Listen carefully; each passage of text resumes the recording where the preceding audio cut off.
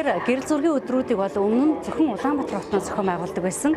Тэгвэл энэ жилийн хувьд бол Улаанбаатар хотод 3 байршил зохион байгуулахаас гадна 21 аймаг мөн соёлын төвүүдтэй зохион байгуулж байгаараа онцлогтой. Гэрэл зураг дарж эхэлсэн үе гэх юм бол 1994 оноос хойш одоо мэрсэр зураг дарж явсаар байгаад 2008 оноос студ байгуулсан. Хөнгөт гэрэл зургийн хальсны гэрэл зургийн дунд үеийн одоо бас ахмад гэрэл зурагчдад хамгийн бага насны хүү 23 настайгаас орж ирсэн юм байна. Зурагчин болон өөр гэсэн онцлогтой байдаг.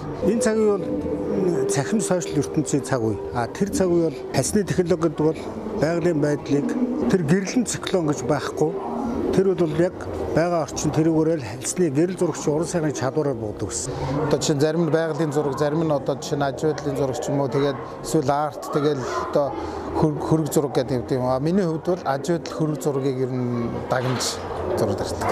Одоо бол гэрэл зургийн уран сайхны чадвар орно. Гэхдээ электрон цэгээрээ үйлчилж олон тоосон зэрэг электрон цэг үүсдэхэрэл ялгаатай онцлог. Энд бол 2 төрлийн гэрэл зураг гарч байгаа. Нэг нь болохоор манай дархны гэрэл зурагчдын бүтээлүүд байгаа.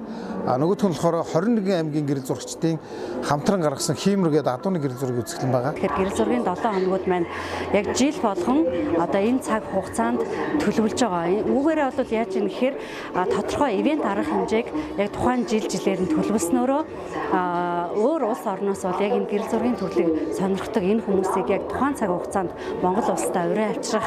За энэ ивентүүдийн өр нөлөөгөөр бас эдийн засгийн одоо эргэлтэнд оруулах тийм ээ энэ гэрэл зурагчдын бүтээлийг энэ одоо олон талын ач холбогдолтой байгаа учраас жил болгон зохион байгуулах бүрэн боломжтой.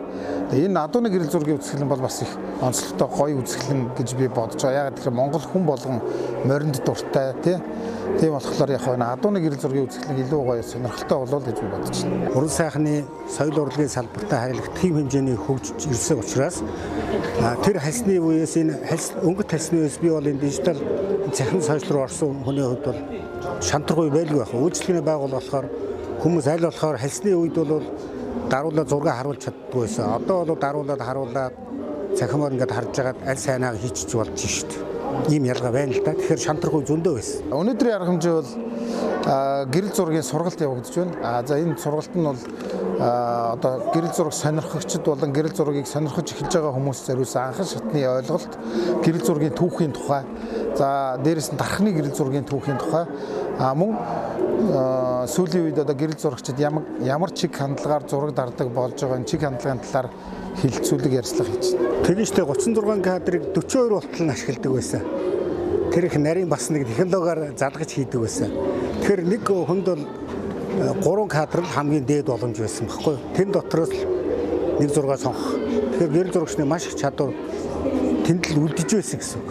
Тухайн гэрэл зурагчдын тийм л одоо мундаг чадвартай ах эгчнэрээс залгамж аваад орснороо баярлдаг.